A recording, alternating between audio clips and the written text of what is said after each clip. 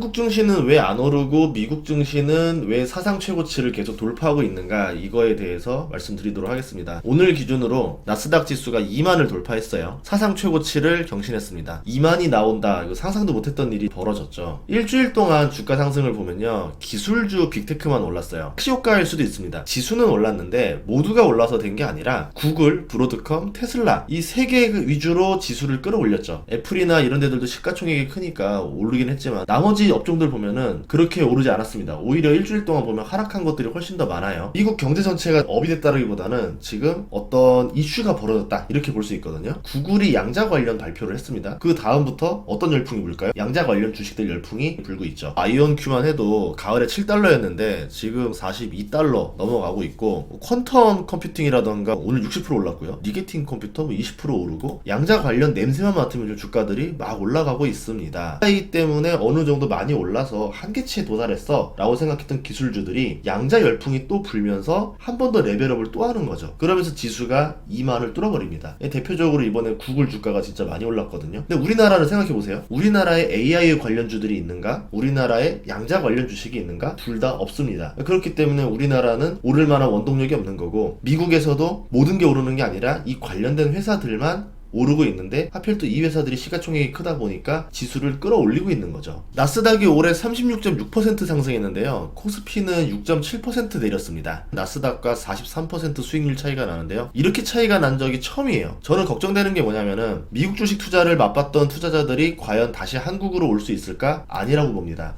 만약에 미국 주식도 떨어지고 한국 주식도 떨어졌어요. 그럼 그 다음 상승장 때 사람들은 또 미국 주식으로 갑니다. 학습 효과라는 게 있기 때문에 미국 주식으로 다시 하면은 돈을 더 많이 벌 거야, 한국 주식은 돈을 못 벌어 라는 선입견이 강하게 생기지 않았을까, 저는 이게 가장 걱정되고 있어요. 지금 환율이 진정될 기미도 없습니다. 1438원이에요 1500원까지 설마 가겠어? 라고 생각할 수도 있는데 1400원 넘고 나서 지금 38원 올랐어요. 이 속도로 두 번 더 오르면 1500원이거든요 1500원이 나올 수 없어 라고 말할 수도 없는 상황인 겁니다. 거기에 트럼프 관세랑 기존 바이든 정부의 돈 풀기로 인해서 인플레가 재발될 가능성들도 나오고 있는데, 이 부분에 대해서는 제가 저녁에 따로 영상 찍도록 할 거고요. 연준 같은 경우는 이번 주 목요일에 금리를 또 내리려고 합니다. 연준은 금리를 계속 내리는데 채권 금리는 오히려 오르고 있습니다. 채권 작용단 현상인데 연준의 금리 정책에 채권 시장이 반대하고 있어요. 저번에 0.5% 금리 인하 하는 바람에 인플레를 촉발했다, 이렇게 보거든요. 그날 이후로 채권 금리가 계속 올랐습니다. 내년 내후년 인플레로 인해서 연준이 금리 인하를 더 이상 하기 어려울 것이다, 시장에서는 이렇게 보고 있죠. 그럼에도 불구하고 이번 주에 금리 인하를 또 하겠다고 하는 거죠. 안 해도 되는데 지금 왜 하는 거야? 이렇게 되니까 채권 금리가 튀어오르는 거죠. 인플레에 상관없이 경기가 나쁘다는 신호는 없으니까 증시는 상관없이 오르고 있는데, 그런데 고금리가 내년까지 되면 3년 차가 됩니다. 고금리를 3년 동안 버티는 경제가 정말 대단한 경제인 거죠. 다른 나라들은 견디지 못했고 미국은 그나마 견디고 있는데, 미국이라고 해서 이거를 몇 년이고 계속 견딜 수 있는 상황은 아닐 것이라 봐요. 최근 주식들도 보면은 소수의 시총 상위주가 지수를 끌고 올라간 거고 나머지는 약간 내렸고, 그러니까 악재가 없어서 지금 과열이 되어도 불을 끄지 못하는 상황이다 볼 수 있거든요. 빅테크를 걷어내고 보면은 경기에 영향을 받는 주식들은 지금 최근 하락세긴 합니다. 비트코인도 사상 최고치를 돌파하면서 1억 5천을 넘겼는데요. 1년 동안 170% 올랐어요. 주식도 사상 최고치고 코인도 사상 최고치고, 이러니까 투자 열풍, 광기가 벌어지죠. 이 현상에서 벌어지는 것 중에 하나가 뭐냐면 오르니까 오릅니다. 다른 이유가 없어요. 올랐으니까 내일 오르고, 내일도 올랐으니까 내일도 또 오르겠지 하면서 내일 또 오르고 또 오르고 또 오르고, 호재랑 악재랑 움직이는 게 아니라 광기만으로 주가가 원동력이 되면서 올라가는, 이때가 제일 끝물이라 보거든요. 어쨌든 미국은 축제가 벌어지고 있는데 한국은 지금 그 축제에 끼지 못하고 있습니다. 난이도가 계속 올라가고 있죠. 트럼프가 협상용으로만 관세를 쓰지 않을까 이랬던 전망들이 아니다, 그렇지 않을 것이다 라는 분위기로 바뀌고 있습니다. 트럼프가 로비에도 신경 쓰지 않고 관세를 정말 쓸 것이라는 기사가 나왔어요. 그리고 1기 때는 2년차의 관세를 무기로 썼었는데 이번에는 취임하자마자 바로 쓸 겁니다. 관세를 무기로 쓴 다음에 협상을 하는 전략을 쓰겠죠. 이 전략은 상대방을 물에 빠뜨리지 않고 협상을 하면은 시간이 오래 걸려요. 그런데 상대방을 물에 먼저 빠뜨려 놓고 난 다음에 내가 꺼내줄게, 협상할래? 라고 하면은 훨씬 더 빨리 편하게 유리한 협상을 할 수 있겠죠. 트럼프 1기 때와 다르게 2기 때 상황이, 전 세계 상황이 녹록치가 않습니다. 세계 지도자들이 다들 좀 강성이죠. 그렇기 때문에 그냥 빠뜨려 놓고 협상을 하겠다, 이런 전략을 생각하고 있는 것 같아요. 특히 2차 전지 핵심 선진국인 우리나라에 좋지 않은 소식도 나왔는데요. 트럼프 인수팀 내부 문건에 전기차 보조금을 폐지한다는 내용이 나왔는데요. 인플레이션 감축법으로 전기차를 살 때 7,500달러까지 세금 공제를 받을 수가 있는데 이걸 폐지하자는 요구를 했습니다. 이렇게 되면 소비자는 전기차 실구입 가격이 상승하겠죠. 구입을 포기하는 사람들이 나올 수밖에 없죠. 그러니까 수요가 줄어드는 겁니다. 할부금리도 지금 굉장히 비싸죠. 고금리라서. 보조금도 사라지면은 실제로 납부해야 되는, 그러니까 할부 원리금으로 계산하면은 가격차가 많이 나게 됩니다. 전기차를 살려는 사람이 줄어들게 되니까요. 테슬라도 타격을 받죠. 근데 테슬라 입장에서는 이 기회에 아예 다른 전기차 회사들이 넘어오지 못하도록 문을 닫게 만들어 버리겠다. 생존을 했을 때 혼자 살아남겠죠. 그때쯤 되면 전기차 기술 격차가 많이 벌어져 있을 겁니다. 아예 따라오지 못하게 만들고 시장을 독점하겠다. 이 전략인 겁니다. 전기차 충전소 건설 예산이 75억 달러가 있는데 폐지를 하고 배터리 소재 가공이랑 공급망 인프라에 사용할 것이다. 중국이 배터리 소재라던가 이런 공급망의 교란을 시킬 수도 있으니까 알래스카라던가 이런 쪽을 개발해서 우리도 공급망을 확충해야 돼. 이 전략을 짠다는 거죠. 관세를 때리면 당연히 중국이 보복을 할 거고 대비를 해두자. 이런 얘기입니다.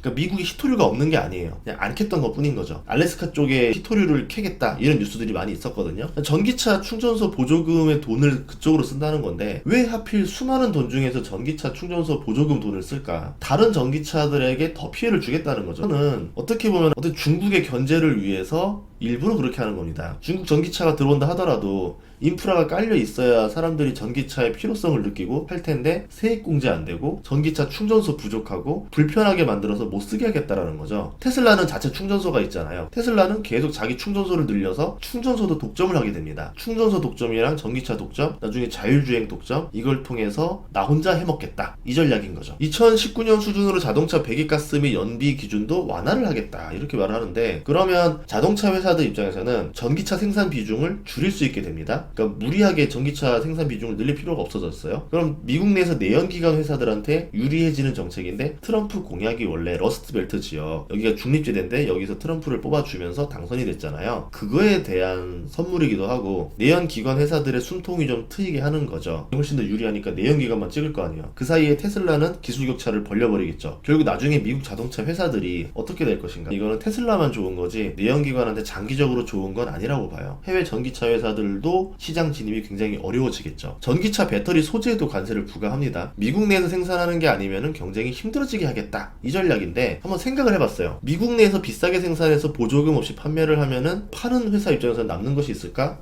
없겠죠. 미국에 공장을 지으면요 달러 빚입니다. 환율이 높잖아요. 부채 부담이 늘어나겠죠. 그래서 환율 상승에 대한 효과가 아니라 오히려 부메랑으로 돌아올 수도 있어요. IRA 보조금이 폐지되면은 시장이 축소되겠죠. 그러면 상대적으로 공급 과잉이 벌어집니다. 그럼 비싸게 팔기도 쉽지가 않아져요. 그렇다고 미국에 공장이 없으면은 관세 때문에 가격 경쟁력을 잃습니다. 이렇게 하나 저렇게 하나 불리한 상황이 되겠죠. 중국한테도 치명타겠지만 한국 기업들한테도 좋을 거는 없지 않을까라고. 미국에 공장이 이미 있으면서 달러 빚이 없거나 애초에 미국 기업이라서 환율 걱정이 없거나 보조금이 폐지돼도 제품 생산 가격을 더 낮출 수 있는 공법을 개발했거나 그러면 나쁘지 않을 수 있겠죠. 근데 그런 회사가 미국에 하나밖에 없잖아요. 트럼프가 본격적으로 취임하면 이제 관세, 보조금 철회 공격이 여러 분야에서 동시다발적으로 나올 겁니다. 이때가 세계 증시가 긴장을 해야 되는 상황일 건데 취임일이 1월 6일이잖아요. 이제 3주 남았어요. 곧 다가올 겁니다. 트럼프가 이렇게 관세 공격을 남발하는 이유 중에 하나가 뭐냐면 알고 있는 거예요. 중국만 잡는 전략이 실효성이 없다라는 걸 알고 있는 겁니다. 멕시코, 한국, 동남아로 택가리 해가지고 우회 수출하면 관세를 피할 수 있었는데 이제는 그 주변국들까지 관세로 두드려가지고 중국도 피할 방법이 없지만 한국도 피해를 보게 만든다는 거죠. 전 세계를 침체로 만드는 전략이 될 수도 있을 겁니다. 만약에 침체가 오면 미국은 어떻게 하느냐? 금리를 내리면 돼요. 애초에 금리가 워낙 높기 때문에. 그러면은 극복이 되겠죠. 반면에 다른 나라들은 상당한 피해를 본 다음일 겁니다. 반대로 관세로 인해서 인플레가 벌어지고 미국이 고금리를 오랫동안 유지한다? 그러면 다른 나라들 경제가 또 휘청거리는 거죠. 고금리 3년 차입니다. 다른 나라들은 이제 한계 상태까지 왔고 하나씩 부러지는 국가들이 나올 거예요. 근데 트럼프는 바이든과 달리 그 상황에서 눈 깜짝 안 할 겁니다. 이제 금리 인하해서 너희들 도와줄게 이럴 사람 아닙니다. 계속 고금리를 유지하면서 미국의 패권을 유지하고 격차를 벌리려고 할 겁니다. 그러니까 어떤 전략을 쓰든 지금은 미국이 유리한 상황이고 다른 나라들은 굉장히 불리한 상황이라는 거죠. 거기다가 AI라든가 양자까지 지금 미국에서 터졌는데 다른 나라들은 그거에 대한 수혜를 보지 못하고 있습니다. 있어요. 특히 한국도 그런 상황입니다. 과거에 닷컴 버블 시절에 한국도 IT 버블을 겪었잖아요. 인터넷으로 체제 전환을 빠르게 하면서 게임이든 네이버든 카카오든 스마트폰이든 미국이 독점할 수 있었던 시장을 한국도 많이 따라가면서 한국의 수명을 좀 늘렸다 생각해요. 한 20년 정도. 근데 이번에는 AI랑 양자 이런 것들이 나오는데 한국에서 이번에는 그 혁신을 하지 못하는 게 아닌가. 한국도 지금 발등에 불 떨어져 있는 상태인데 미래 산업에 투자는 안 하고 있고 그냥 이걸 넉넉히 지켜보고만 있으면 다음 20년은 어떻게 될 것인가, 이게 좀 걱정이 됩니다. 그게 지금 코스피에 반영되고 있는 거고, 반도체라던가 자동차라던가 나머지 제조업으로 또 버텨야 되는 상황인데, 원래는 사업이라는 게 기존에 성숙한 산업이 있으면은 또 신사업을 만들고 신사업을 만들어서 계속 이 전성기를 오랫동안 유지하는 게 되게 중요하거든요. 근데 그렇게 했던 나라가 미국 빼고는 많진 않아요. 어떻게 보면 한국이란 나라가 그동안 잘 해왔다 볼 수 있죠. 그 혁신조차도 못한 나라가 너무 많으니까. 근데 이번에도 혁신을 할 수 있으면 좋을 것 같습니다. 다음 시간에도 좋은 정보로 찾아뵙겠습니다. 구독과 좋아요, 알림 설정 부탁드릴게요. 고맙습니다.